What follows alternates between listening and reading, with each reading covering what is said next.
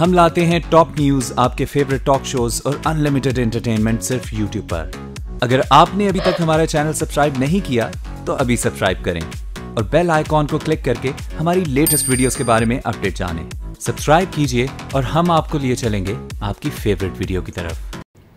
और अभी आपको लाहौर जलसे से मुतालिक अपडेट करें। तहरीक इंसाफ के चेयरमैन इमरान खान जहांगीर तरीन के घर से जलसा गाह के लिए अब रवाना हो चुके हैं और जलसा गाह के मनाजिर आप देख रहे हैं जहां पर अब इमरान खान का इंतजार हो रहा है और ये इंतजार अब कुछ ही देर में खत्म हो जाएगा, क्योंकि तहरीक इंसाफ के चेयरमैन इमरान खान अब यहां पर दूसरे सेशन की सदारत करने के लिए पहुंचने ही वाले हैं। जहांगीर तरीन के घर से इमरान खान रवाना हो चुके हैं। यहाँ बड़ी तादाद में कारकुनान मौजूद हैं जो कि अब इंतजार कर रहे हैं इमरान खान का कि वो आएँ और वो अब खिताब करें। चूंकि आसिफ जरदारी भी खिताब कर चुके हैं और ताहिरुल कादरी भी पहले सेशन से खिताब कर चुके हैं।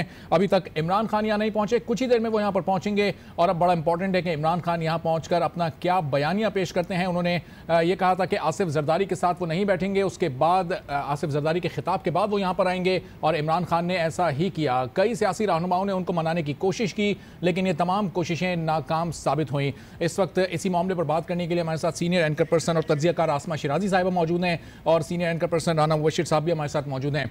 आसमा साहिबा, इमरान खान ने कहा था कि वो आसिफ जरदारी के साथ स्टेज शेयर नहीं करेंगे, उन्होंने अपना कहा पूरा भी किया। पॉलिटिकली उनके इस मूव को आप कैसे देख रही हैं? पॉलिटिकली गेन किया उन्होंने? देखिए, सबसे ज्यादा तो मेरा ख्याल है कि गेन जो इस पूरे आज के जो इजलास और जलसा व्हाटएवर एहतजाजी तहरीक इसको कहेंगे, इसमें पीपल्स पार्टी ने किया है। कंधा उन्होंने ताहिरुल कादरी साहब का इस्तेमाल किया है और इमरान खान साहब को मजबूर कर दिया है कि वो इस स्टेज पे उनके साथ आए, जो कि कहते थे कि वो किसी सूरत भी जरदारी साहब के साथ नहीं बैठेंगे। अब बेशक वो अलग अलग सेशंस में आए लेकिन फोरम तो एक ही है, प्लेटफॉर्म भी एक है, लिहाजा ये मानना पड़ेगा कि जरदारी साहब ने जो अपने तुरुप के पत्ते हैं वो बहुत ही बेहतरीन अंदाज में अब तक खेले हैं। क्राउड भी जो आपको नजर आया वो भी ज्यादा उसमें पीटीआई के लोग हैं, उसमें पैट के लोग हैं, पीपल्स पार्टी के भी हैं, लेकिन जाहिर है कि वो उस कदर बड़ी तादाद नहीं है। तो जलसे की कामयाबी दो जमातों की और असल कामयाबी जो है वो जरदारी साहब के सर ठहरती है। ये तो मुख्तसर जिससे हम कहेंगे कि इस वक्त की जो सूरत हाल है उसके ऊपर होगा। लेकिन दूसरी तरफ अगर आप देखें कि इस पूरे जो एहतजाज की कॉल है उसकी जो मुझे आज के मरहले से ज्यादा अगला मरहला थ्रिलिंग लग रहा है और वो थ्रिलिंग इसलिए लग रहा है कि देखना यह है कि उसमें क्या क्या ऐलानात होते हैं, किस किस किस्म की एहतजाजी तहरीक का आगाज होता है। आसमा साहब, मैं आपको यहाँ इंटरप्ट करूंगा, कतई कलामी की माजरत चाहता हूँ, आपके पास मैं दोबारा भी आता हूँ। इस वक्त जो बराह रास्त मनाजिर हैं वो दिखाना जरूरी है, चूंकि इमरान खान अब यहाँ पर पहुंच चुके हैं, स्टेज पर मौजूद हैं। शाह महमूद कुरैशी और तहरीक इंसाफ के चेयरमैन इमरान खान अब लाहौर के चेयरिंग क्रॉस पहुंच चुके हैं जहाँ पर इमरान खान का ही इंतजार किया जा रहा था और अब उनके खिताब का यहाँ पर इंतजार है। दूसरे सेशन का भी कहा जा सकता है कि आगाज बाकायदा तौर पर अब शुरू हो चुका है। इससे पहले इमरान खान खिताब करेंगे और उसके बाद ताहिरुल कादरी एक बार फिर खिताब करेंगे, चूंकि उन्हें यहाँ पर दोनों सेशंस में खिताब करना है। राना मुबशिर साहब भी हमारे साथ मौजूद हैं। राना साहब, अब इमरान खान भी पहुंच गए हैं। आसिफ अली जरदारी ने खिताब किया लेकिन हमने देखा ना उन्होंने पीटीआई के वर्कर्स का जिक्र किया ना इमरान खान का जिक्र किया। क्या एक्सपेक्ट कर रहे हैं आप? क्या इमरान खान भी इसी तरह पीपल्स पार्टी को इग्नोर करेंगे यहाँ पर? देखिए, इमरान खान इग्नोर करें या ना करें, सिंपल सी बात यह है कि it's a win win situation for Asif Zardari. Asif Zardari साहब ने जिस तरीके से पंजाब में कहा जा रहा था और अभी भी सिचुएशन को इतनी खास बदली नहीं है कि पंजाब में पीपल्स पार्टी के हालात जो है, पीपल्स पार्टी की सिचुएशन जो है वो इतनी अच्छी नहीं है। सो मच सो के जो टिकट लेके इलेक्शन लड़ने वाले लोग हैं उनकी भी तादाद कोई इतनी ज्यादा नहीं है। नो हार्डली एनीवन इज कि वो टिकट ले और टिकट ले के इलेक्शन लड़े। मासवाए साउथ पंजाब के, सदर्न पंजाब में सिचुएशन डिफरेंट है, वहां पे पीपल्स पार्टी का जोर है। अभी सिचुएशन में, इस सारी सिचुएशन में पंजाब में अगर किसी पार्टी ने गेन किया है तो that is people's party, simple. उसने सब पीपल्स पार्टी ने सब लोगों को मिला के इकट्ठा कर लिया है, जो भी हो जैसे भी हो। जो कादरी साहब को देख लें वो भी जरदारी साहब के खिलाफ तकरीरें करते रहे, इमरान खान को देख लें वो भी जरदारी साहब के खिलाफ तकरीरें करते रहे। So everyone has been talking against Zardari. लेकिन जरदारी साहब ने जो है इस वक्त एक सिचुएशन अपने लिए बना ली है, पीपल्स पार्टी के लिए बना ली है और पंजाब में खड़े होकर बना लिया है, लाहौर के शहर में बना लिया और माल रोड पे खड़े होकर सारी चीजें प्रूफ हो रही है कि आसिफ जरदारी अगर किसी तरीके से खेलना चाहे पॉलिटिक्स तो हर तरीके से पॉलिटिक्स खेल सकते हैं और कामयाब भी हो सकते हैं। इसीलिए मुझे लगता ये है कि एंड गेम जो है वो जरदारी साहब या पीपल्स पार्टी जो है वो मैनूवर कर जाएगी जनरल इलेक्शन में। ठीक है। अच्छा आसमा साहब, काफ़ी अरसे से हम देख रहे थे बिलावल भी पंजाब जा रहे थे, आसिफ अली जरदारी भी जा रहे थे, मुख्तलिफ शहरों में खिताब भी कर रहे थे, लेकिन शायद क्राउड को उतना मोबिलाइज नहीं कर पा रहे थे जितना आज के इस जलसे में हमने देखा कि पीपल्स पार्टी के कारकुनान भी बहुत बड़ी तादाद में और पीपल्स पार्टी के कई ऐसे रहनुमा जिनकी सियासत लगता था कि अब शायद खत्म हो गई है, वो चेहरे भी दिखाई दिए। तो सबसे ज़्यादा फायदा इसका अल्टीमेटली पीपल्स पार्टी को ही हुआ है। देखिए, बिल्कुल फायदा उसको होता है जिसका नुकसान का कोई जिसको एहतमाल ना हो, और पीपल्स पार्टी उस पोजीशन पे है जहाँ पे उनको नुकसान का पंजाब के अंदर कोई एहतमाल नहीं, जितना नुकसान उनको होना था वो हो चुका है।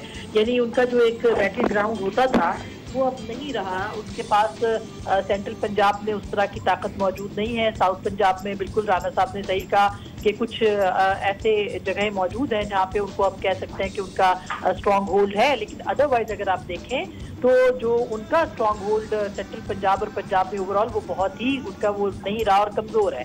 दूसरी बात, जो आज तारिक कादरी साहब की तकरीर के पहले हिस्से में ज़ाहिर है दूसरी तकरीर उनकी भी आएगी जिसमें कि वो अपना एहतजाजी ऐलान जो है वो करेंगे और अपना जो स्केड्यूल है वो उसको बढ़ाएंगे, क्योंकि आज जो हुआ तो हुआ, इसको बहुत ज़्यादा हम वेटेज नहीं देते। एक बड़ा जलसा जरूर है, बड़ा पावरफुल शो है, लेकिन जो अगला मरहला होगा वो बहुत इंपॉर्टेंट होगा और सब नजरें मेरा ख्याल है उसके ऊपर ज्यादा हैं कि क्या वो मरहला इतना जानदार होगा कि शहबाज शरीफ साहब जो है वो मुस्ताफी हो सकें।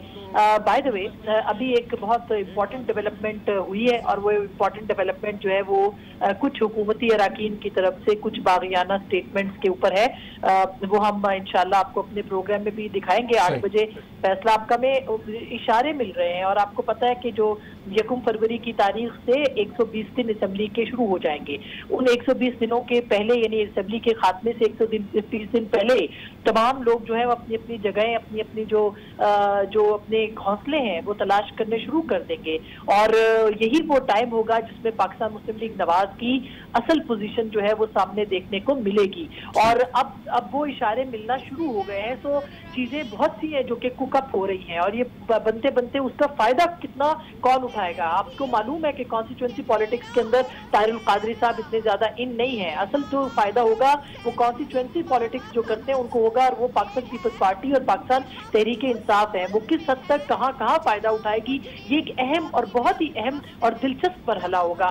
तो अब देखना ये है कि कौन अपने कार्ड कैसे खेलता है और ये एहतजाजी तहरीक। और फरवरी और मार्च में ये भी याद रहे कि मियां साहब का फाइनल जो फैसला है सुप्रीम कोर्ट जिसको मॉनिटर कर रही है नैब के अंदर, वो भी सामने आ जाएगा। वो भी फैसला कुन होगा कि क्या पाकिस्तान मुस्लिम लीग नवाज की सियासत चल पाएगी कि नहीं चल पाएगी। ये जो तारीखें हैं फरवरी से मार्च के बीच में ये बहुत ही अहम है और ये इसी के ऊपर तमाम निगाहें भी हैं। तो ये इंटरेस्टिंग सारे मरहले हैं। ये हफ्ते जो अगले कोई 10 से 12 हफ्ते हैं ये बहुत मजेदार, पॉलिटिकली कह रही हूँ कि मजेदार होंगे। अल्लाह करे कि इसमें कोई वायलेंस शामिल ना हो, क्योंकि जो आज तकरीर का पहला शेर सुनाया है कादरी साहब ने, उठो और जाती उमरा के दरो दीवार हिला दो, वो कोई बहुत खुशकुन आगाज नहीं था। और इसी तरह से जरदारी साहब ने तो आज जो मोहतरमा को किसी जमाने में नवाज शरीफ साहब सिक्योरिटी थ्रेट कहा करते थे, आज सही, लेकिन कादरी साहब तो इस तरह की गुफ्तगू पहले भी आसमा साहब कर चुके हैं। राना साहब, ये जो अदालत की जानिब से आज सिर्फ 12 बजे तक ही इसकी कवरेज की इजाजत मिली थी और जलसा करने की इजाजत मिली थी। कादरी साहब जो मुतालबा अपना लेकर अब आए हैं, इंसाफ होने चाहिए और कहते हैं कि जस्टिस फॉर नेशन, तो एक एक दिन की इस तरह की एक्टिविटी करके क्या वो बिल्डअप कर पाएंगे गवर्नमेंट पे? मुझे एक बात समझ नहीं आती है। देखें, एक एग्जाम्पल हमारे सामने मौजूद है, वो है मियां मोहम्मद नवाज शरीफ साहब का। मियां मोहम्मद नवाज शरीफ साहब सिटिंग प्राइम मिनिस्टर थे, JIT बनी, JIT ने जो फाइंडिंग्स दी मियां मोहम्मद नवाज शरीफ के खिलाफ थी, उसके बाद सुप्रीम कोर्ट ने फैसला मियां मोहम्मद नवाज शरीफ के खिलाफ दिया और मियां मोहम्मद नवाज शरीफ साहब छोड़ के अपना ऑफिस घर चले गए। ना मुझे कोई यहाँ पे कंफ्यूजन जो नजर आती है वो ऑपोजिशन के एंड पे नजर आती है। ऑपोजिशन में जितनी पार्टीज हैं उनके एंड पे मुझे कुछ कंफ्यूजन नजर आती है। कंफ्यूजन ये है कि एक तरफ वो एक सांस में कहते हैं ऑपोजिशन पार्टीज वाले कि जनाब शहबाज शरीफ और राना सनाउल्लाह जो है वो इस्तीफा दें, और साथ ही वो कहते हैं जनाब कि इनके खिलाफ इंडिपेंडेंट ट्रायल भी होना चाहिए और इंडिपेंडेंट इंक्वायरी भी होनी चाहिए। इंडिपेंडेंट इंक्वायरी से उनका मतलब ये है कि जनाब एक JIT टाइप चीज जो है पंजाब में मॉडल टाउन के जो मसला है उसके लिए बननी चाहिए। अगर एक JIT बनती है और उसके साथ जनाब अगर एक इंडिपेंडेंट ट्रायल भी होता है तो फिर मुझे ये समझ नहीं आती कि इसके साथ साथ एक और ये जो डिमांड रखी जाती है कि शहबाज शरीफ घर जाए और डिजाइन करें और जनाब राना सनाउल्लाह घर जाए और डिजाइन करें। भाई अगर वो बैठे हुए हैं और जेआईटी बनती है मॉडल टाउन पे, और मॉडल टाउन की जेआईटी जो उनके खिलाफ फैसला भी दे देती है शहबाज शरीफ के खिलाफ और राना सनाउल्लाह के खिलाफ, और जो इंडिपेंडेंट ट्रायल होता है वो भी उनकी फेवर में अगर नहीं जाता तो वैसे भी घर चले जाएंगे। सो ये इन चीजों को कपल अप करने की क्या जरूरत है? डिमांड जो है मुझे कुछ कंफ्यूजिंग लगती है। मैं एग्जाम्पल दिया नवाज शरीफ साहब का, नवाज शरीफ बैठे हुए थे प्राइम मिनिस्टर, तो घर चले गए, उनको जेआईटी ने फाइनली उनके खिलाफ दी और जनाब सुप्रीम कोर्ट ने फैसला उनके खिलाफ दिया, वो चले गए घर। ये साथ ये कहते हैं शहबाज शरीफ भी घर चला जाए, ये जनाब राना सनाउल्लाह भी घर चला जाए, और जनाब साथ इंडिपेंडेंट ट्रायल भी हो और इंडिपेंडेंट इंक्वायरी भी हो, यानी कि जेआईटी टाइप चीज बने। तो ये सारी चीजें को खिचड़ी बन रही है। तो मेरे ख्याल में किसी जगह पे ये फैसला कर नहीं पा रहे कि होना क्या चाहिए। तो मुझे इसमें there's a lot of confusion in the ranks of like opposition parties. Position की सफों में बड़ी इस वक्त कंफ्यूजन नजर आ रही है असमा साहब। लेकिन मियां साहब इस वक्त जब कल अदालत में पेश हुए, पेशी के बाद उन्होंने कहा कि अब तो सिर्फ 4-5 माह ही रह गए, इंतजार कर लें, उसके बाद तो इलेक्शन हो ही जाने हैं। अब ये तहरीक किस लिए चलाई जा रही है? एक तहरीक का उन्होंने भी ऐलान किया था कि वो तहरीक अदल चलाएंगे, लेकिन वो तहरीक हमें कहीं नजर नहीं आ रही, कोई डेट भी अनाउंस नहीं की गई और ऐसी कोई तैयारी भी दिखाई नहीं दे रही। तो कुछ और इस वक्त सोचने पर मजबूर हो गई है ऐसा लग रहा है पीएमएलएन, और ऑपोजिशन की स्ट्रेटेजी वो पहले देखना चाह रहे हैं, उसके बाद अपनी स्ट्रेटेजी प्लान करेंगे। जी देखिए, मुझसे सवाल पूछा ना? जी आपसे आसम साहब। जी देखिए ये बड़ी मजेदार किस्म की सिचुएशन है। मैं इसलिए मजेदार बार बार कह रही हूँ कि कंफ्यूज भी है, और एक कंफ्यूजन जिसका कि पाकिस्तान की सियासत में, पाकिस्तान का मेरे ख्याल हर इदारा इस वक्त कंफ्यूजन का शिकार है। और वो ये है कि ये एक तहरीक अदल जो कि हुकूमत में है पार्टी, वो चला रही है, वो एक इदारे के खिलाफ चला रही है। इसी तरह से एक तहरीके कसास है, वो हुकूमत के खिलाफ चला रही है। इसी तरह से जो तहरीके इंसाफ तो ऑलरेडी जाहिर है कि वो चल रही है। तो ये 3-4 की तहरीकें जो है वो एक दूसरे के खिलाफ सही, बहुत ही मजेदार सिचुएशन है और कंफ्यूजन भी बहुत है। आसमा शिराजी बहुत शुक्रिया, राना बशीर साहब आपका भी बहुत शुक्रिया। आप दोनों से वक्तन फवक्तन आपका तज्जिया भी सूरत हाल पर लेते रहेंगे। नाज़रीन को भी